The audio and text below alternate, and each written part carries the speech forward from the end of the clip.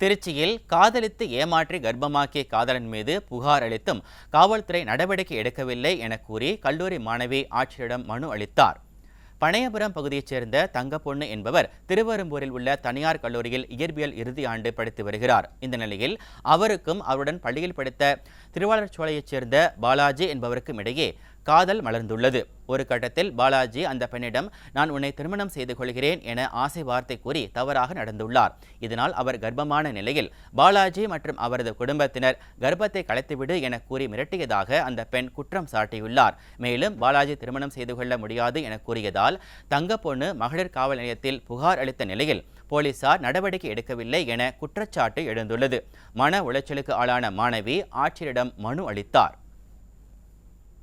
எனக்கு ஒன்றுமே வேண்டாம், எனக்கு அவனோட கல்யாணம் பண்ணி வச்சா போதும். ஏன்னா எனக்கும் என் குழந்தைக்கு ஒரு இது கிடைக்கணும். எஸ்பி ஆஃபீஸ்லேயும் கொடுத்துட்டோம், கலெக்டர் ஆஃபீஸில் போன வாட்டி வந்து கொடுத்தோம், மனு கொடுத்துட்டு போயிட்டோம். அப்பயும் ஒரு நடவடிக்கை எடுக்கல. இன்றைக்கி தான் வந்து கலெக்டர் வந்தார், அவர்கிட்ட வந்து மனு கொடுத்ததுக்கு எஃப்ஐஆர் போடுறதுன்னு சொல்லியிருக்காங்க. ஆனால் இப்படியே தான் போயிட்டு இருக்கு. எனக்கு ஒரு வாழ்வு ஒன்றுமே கிடைக்க மாட்டேங்குது, ஒரு தீர்வு கூட எங்கே போனாலும் கிடைக்க மாட்டேங்குது.